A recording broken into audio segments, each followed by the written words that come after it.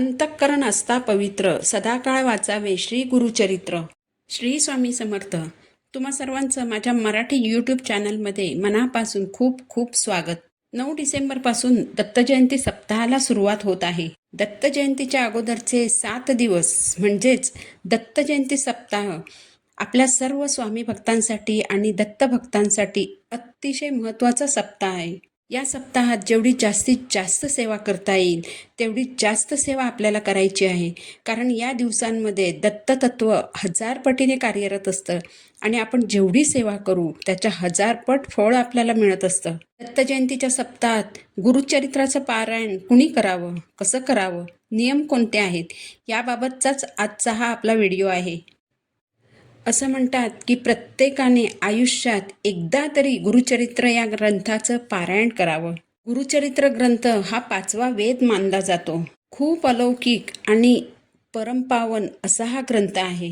ज्या घरात गुरुचरित्राचं संकल्पयुक्त पारायण केलं जातं त्या घरात कधीही कोणतीही अडचण येत नाही.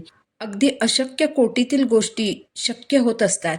सगळ्यात पहिलं म्हणजे गुरुचरित्राचं पारायण कोण करू शकतं, तर कोणीही व्यक्ती गुरुचरित्राचं पारायण करू शकते. फक्त महिलांनी पारायण करताना गुरुचरित्राचा जो मूळ ग्रंथ आहे त्याचं पठण करायचं नाही.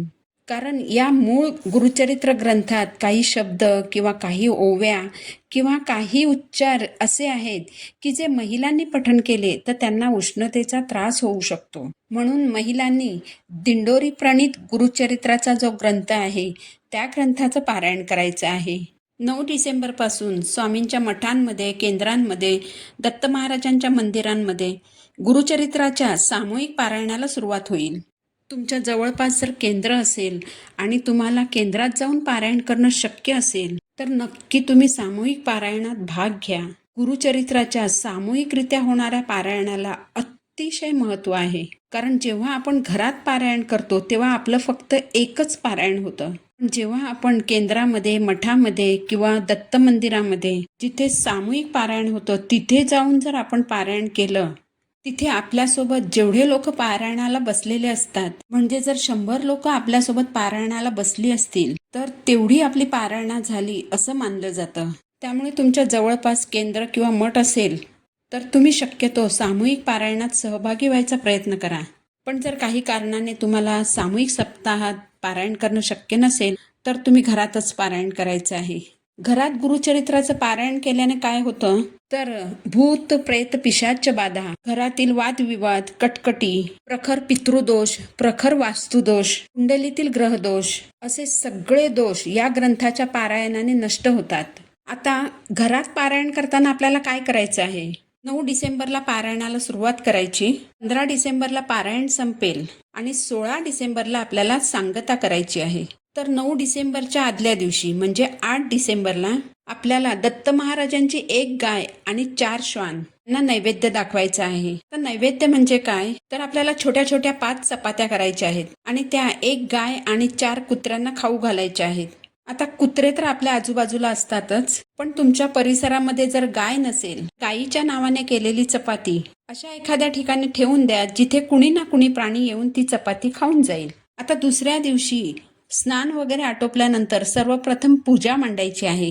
आता पूजा मांडणी तुम्ही अशा ठिकाणी करायची आहे, तुमच्या देवघरासमोर जर पूजा मांडणी करायला जागा असेल तर तुम्ही तिथे पूजा मांडणी करू शकता. किंवा मग तुम्ही अशा ठिकाणी पूजा मांडणी करायची आहे की पूजा मांडल्यानंतर पूजेच्या समोर जेव्हा तुम्ही गुरुचरित्र या ग्रंथाची स्थापना कराल त्यानंतर पारायण संपेपर्यंत त्या ग्रंथाला तिथून हलवायचं नाही. अशाच ठिकाणी पूजा मांडणी करा. फक्त दक्षिणेला तोंड करून पूजा मांडणी करू नका. पारायण करताना पूर्वेकडे किंवा उत्तरेकडे तोंड करून वाचनाला सुरुवात करायची आहे. आता पारायणाची किंवा वाचनाची वेळ काय असावी, तर पहाटे 4 वाजल्यापासून ते दुपारी 4 वाजेपर्यंत तुम्ही हे पारायण करू शकता.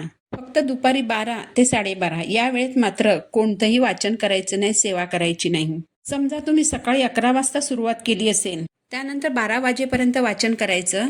उरलेले जे अध्याय असतील त्यांचं वाचन 12:30च्या नंतर करायचं. शक्यतो पारायण हे पहाटे केल्यास अतिशय उत्तम, शांत वेळ असते, वाचलेलं पूर्ण समजून घेऊन पुढे वाचता येतं. पहाटे पारायण करणं शक्य नसेल तर शक्यतो जेवण्यापूर्वी पारायण पूर्ण करण्याचा प्रयत्न करावा, कारण जेवणानंतर वाचन केल्यास झोप येण्याची शक्यता असते. काळ्या रंगाचे कपडे परिधान करून पारायणाला बसू नये. पारायण करताना चामड्याची कोणतीही वस्तू सोबत ठेवू नये. पुरुषांनी चामड्याचा बेल्ट वापरू नये.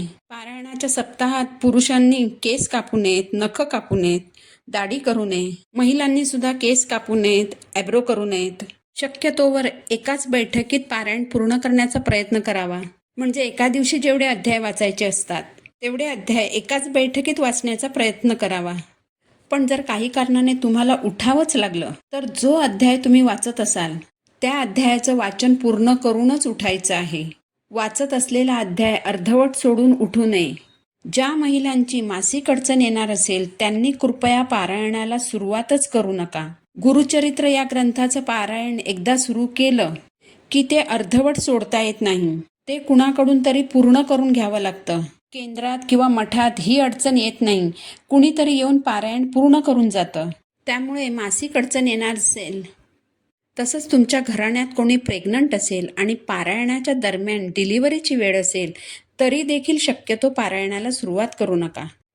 ज्यांना गुडघ्यांचा किंवा कमरेचा त्रास असेल, ज्यांना पारायणासाठी खाली बसणे शक्य नसेल, अशा सर्वांनी खुर्चीवर बसून समोर टेबल ठेवून त्यावर ग्रंथ ठेवावा. त्यांनी अशा रीतीने पारायण केलं तरी चालणार आहे.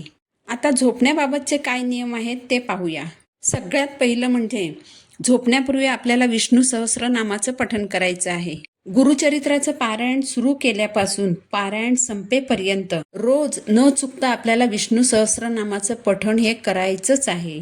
सप्ताह काळात आपल्याला गादीवर झोपायचं नाही, चटईवर झोपायचं आहे.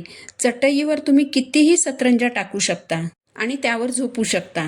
जिथे पूजा मांडणी केलेली असेल शक्यतो तिथेच झोपायचं आहे. झोपताना तुम्ही डाव्या कुशीवर झोपायचे आहे. डाव्या कुशीवर झोपल्यामुळे काय होतं तर सप्ताह काळात दत्तगुरू जे संदेश तुम्हाला देतील ते संदेश तुमच्यापर्यंत लवकर पोहोचतात. आता जेवणाबाबतचे नियम जाणून घेऊया. सप्ताहाच्या काळात सात्विक भोजनच आपल्याला घ्यायचं आहे, कारण सात्विक भोजन केल्यामुळे ती सात्विकता आपल्या आचारात, विचारात, वागण्यात देखील उतरते. सप्ताह काळात एकच धान्य खायचं आहे. म्हणजे जर तुम्ही ज्वारीची भाकरी खाणार असाल तर 7 दिवस ज्वारीची भाकरी खायची आहे. जर तुम्ही चपाती खाणार असाल तर 7 दिवस चपाती खायची आहे. भाज्यांमध्ये तुम्ही भोपळा, बटाटा, डांगर, दोडकं, भेंडी, गिलकं, घेवड्याची भाजी या भाज्या खाऊ शकता. मेथी, पालक, शेपू ह्या भाज्याही तुम्ही खाऊ शकता. परंतु मेथी, पालक खाल्ल्याने ॲसिडिटी होते आणि शेपूची भाजी खाल्ल्याने ढेकर येतात. त्यामुळे या 3 भाज्या शक्यतो टाळायच्या आहेत. सप्ताह काळात कांदा, लसूण कडकडीत वर्ज्य आहे. सप्ताह काळात मोड आलेली कडधान्य, डाळी खायच्या नाहीत. भात खायचा नाही. बाहेरचं काहीच खायचं नाही. म्हणजे biscuit, bread, toast, chocolate, ice cream यापैकी काहीही खायचं नाही.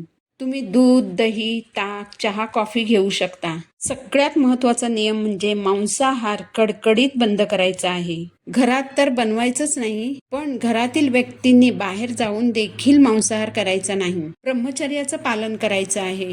सप्ताहाच्या या काळात परान्न वर्ज्य आहे. जर तुमचे पती पारायण करणार असतील तर ते तुमच्या हातचं जेवण जेवू शकतात. त्यांच्या आईने केलेलं जेवण जेवू शकतात. अविवाहित बहीण असेल, अविवाहित मुलगी असेल तर त्यांनी बनवलेलं जेवण ते जेवू शकतात. जर एखादी महिला पारायण करणार असेल तर तिच्या पतीने, सासूबाईने किंवा जाऊबाईंनी बनवलेलं जेवण ती जेवू शकते. अविवाहित नणंद असेल किंवा अविवाहित मुलगी असेल तर तिने बनवलेलं जेवणही तुम्ही जेवू शकता. परंतु तुमच्या घरातील मोलकरणीने बनवलेलं जेवण तुम्ही जेवू शकत नाही. सप्ताह काळात जर अचानक तुम्हाला सुतक लागलं, कारण सुतक हे काही सांगून येत नाही, तर अशा वेळेस पारायण अर्धवट सोडायचं नाही, तर ब्राह्मणाला बोलवून पारायण पूर्ण करून घ्यायचं आहे. पारायण काळात कुणालाही अपशब्द बोलू नका, कुणाशी भांडणतंटा करू नका, कुणाबद्दल वाईट बोलू नका. आपले कर्म चांगले ठेवून, मन स्वच्छ ठेवून तुम्हाला हे पारायण करायचं आहे. अशा तऱ्हेने पारायण केलं तर त्याची चांगली फळं ही तुम्हाला मिळणारच आहेत. ही माहिती तुम्हाला आवडली असेल तर व्हिडिओला लाईक करा, चॅनलला सबस्क्राईब करा. पुन्हा भेटू नवीन व्हिडिओसोबत. श्री स्वामी समर्थ.